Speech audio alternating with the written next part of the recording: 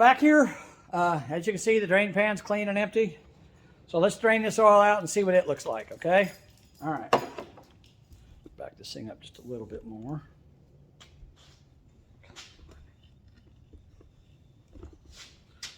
All right, there we go.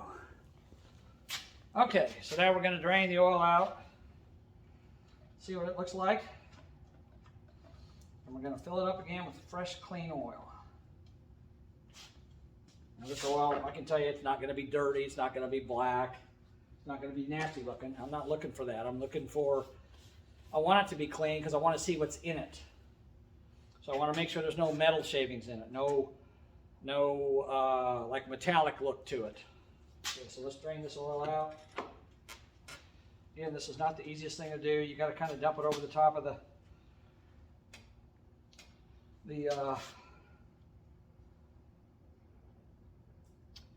foot peg to get the oil drained out. Hopefully I won't spill any gas anywhere because I'm kind of tilting it.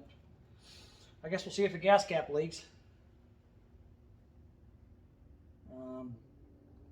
I think that's pretty much all the oil coming out of it. Okay. Again, we made a mess out of our foot peg. I guess it's well lubricated now. Whatever it takes, right? Okay, we'll wipe that off. All right, now let's take a look at this oil. Let me tilt this camera down so you guys can see this.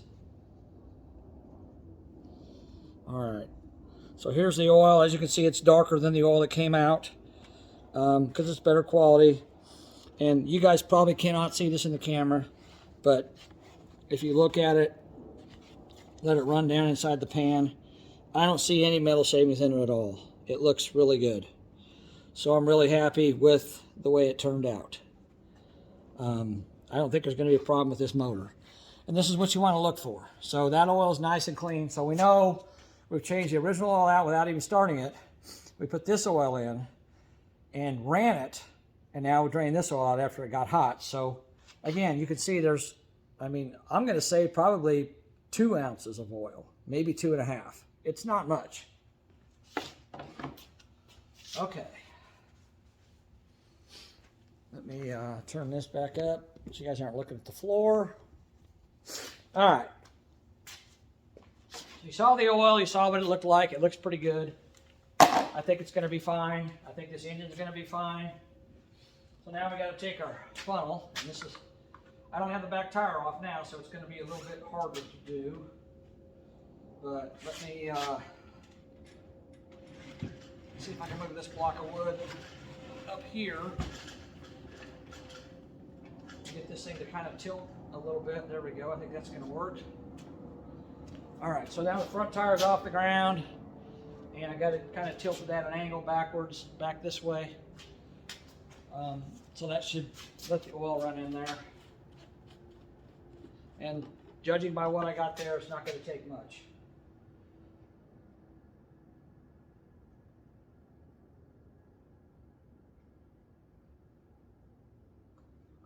Whoa.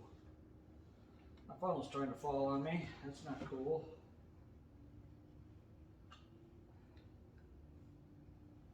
Where's my rag? All right. Put a little more oil in there.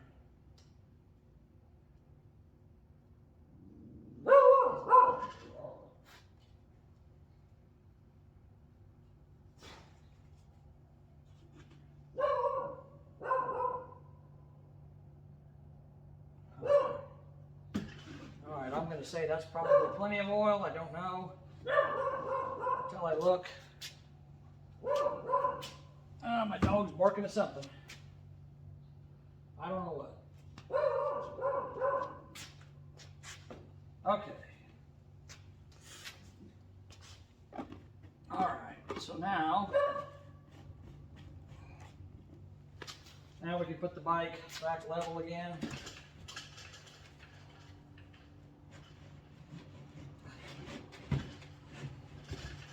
Be nice if you had an amount, of oil to put in this thing. That way you would know exactly what to put in it every time. But I don't know what it is. I know it's not very much.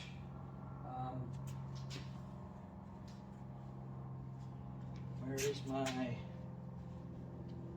dipstick? Oh, there it is. Okay, so we're going to put our dipstick back in there. Check it.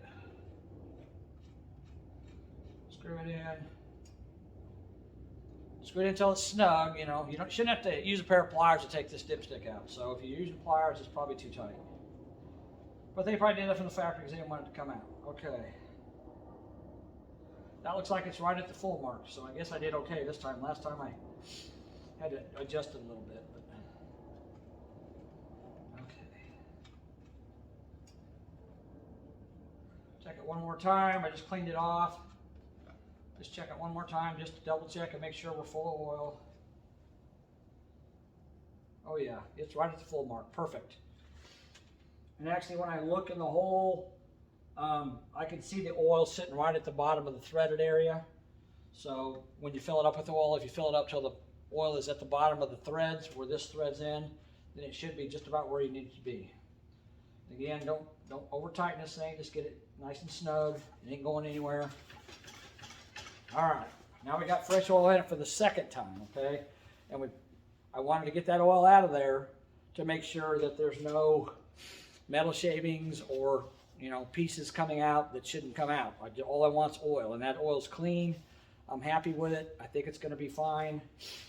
So now I'm going to start the bike up one more time, let it run on the table for a little bit, and then we should be ready to ride it. All right, turn the switch to the on position. Put the choke on just to start it probably. And I didn't even touch the throttle last time when I started it, so. There you go, didn't touch the throttle. Take the choke off. Let it run for a minute.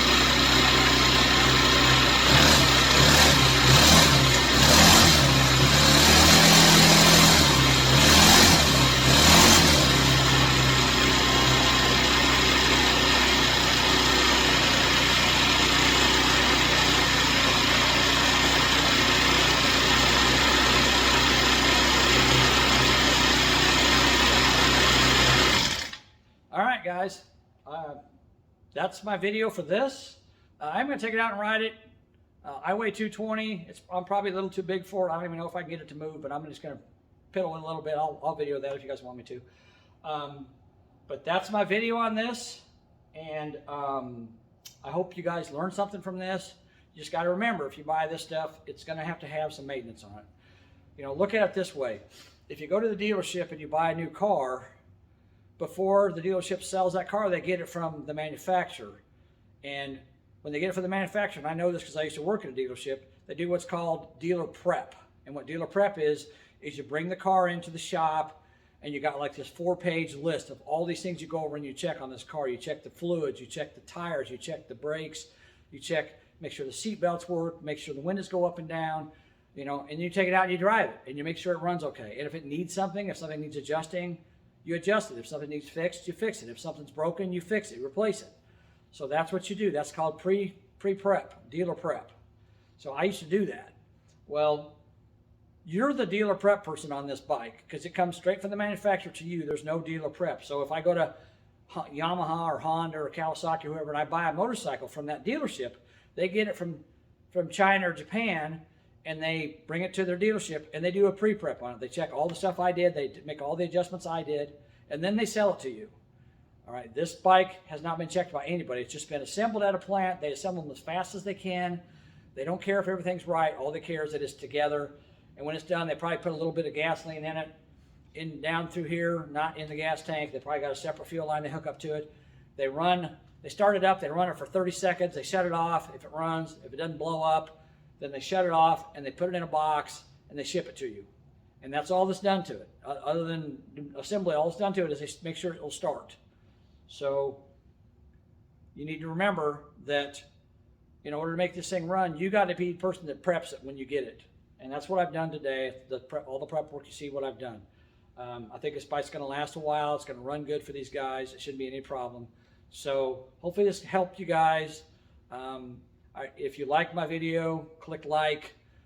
subscribe to my channel. This 55 back here, I'm going to be working on that. I've got a whole bunch of old cars I'm going to be working on next year. I haven't done a whole lot this year. I've had some changes in my life, but I'm getting ready to start the new year and start fresh, and I'm going to start putting videos back on my channel. So I appreciate you guys watching. Merry Christmas, Happy New Year to you all. Thanks for watching my channel, and let's take this thing for a little ride and see what happens. All right, let's go.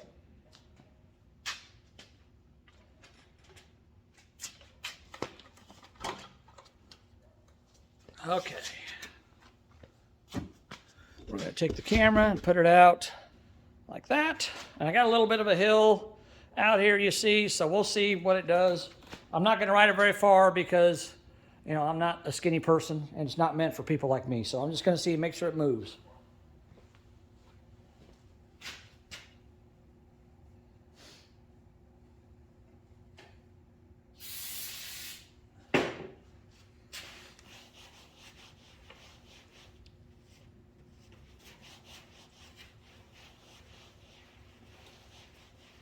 Wiping the oil off the seat. I got some oily fingerprints on the seat. I want to get those off there. Okay. All right. All right, here we go. Let's see how she does. If I can get my butt on here. I don't know. It's pretty small. Okay. Fire in the hole.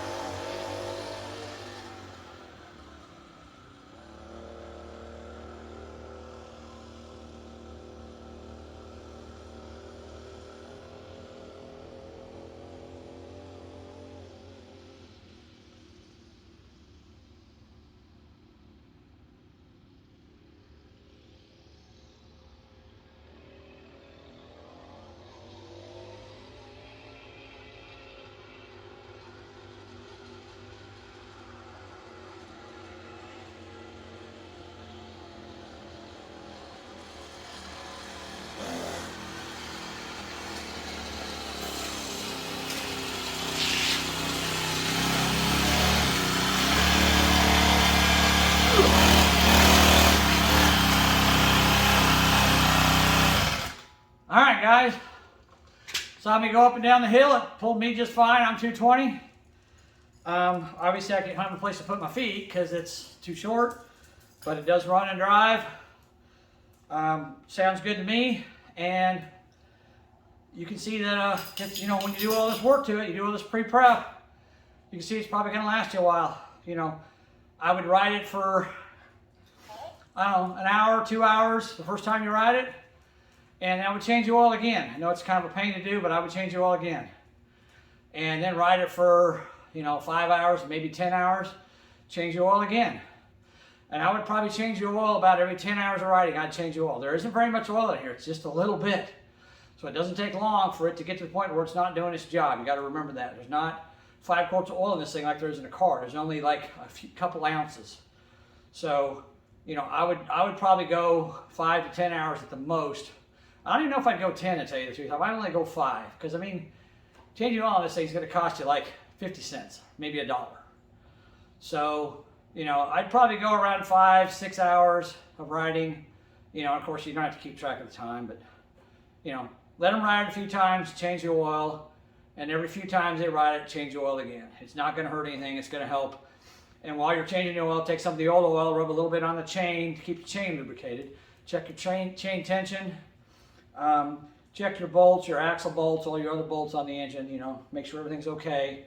Just do a double check. Once you've checked a couple times, if nothing's loose, if nothing's come loose or vibrated loose, then it's probably going to be fine, but you don't have to check it every time anymore. But the first few times you ride it, you should probably check all the bolts, make sure they're tight, especially the bolts on like the tires, the fenders, the handlebars, things like that. Just make sure they're still tight. Other than that, I think it's a great little motorcycle. I think it's probably going to last a while for my grandkids. Again, I hope you enjoyed my video, and I hope it helps somebody out there. So, Merry Christmas, Happy New Year to you guys. Thanks for watching.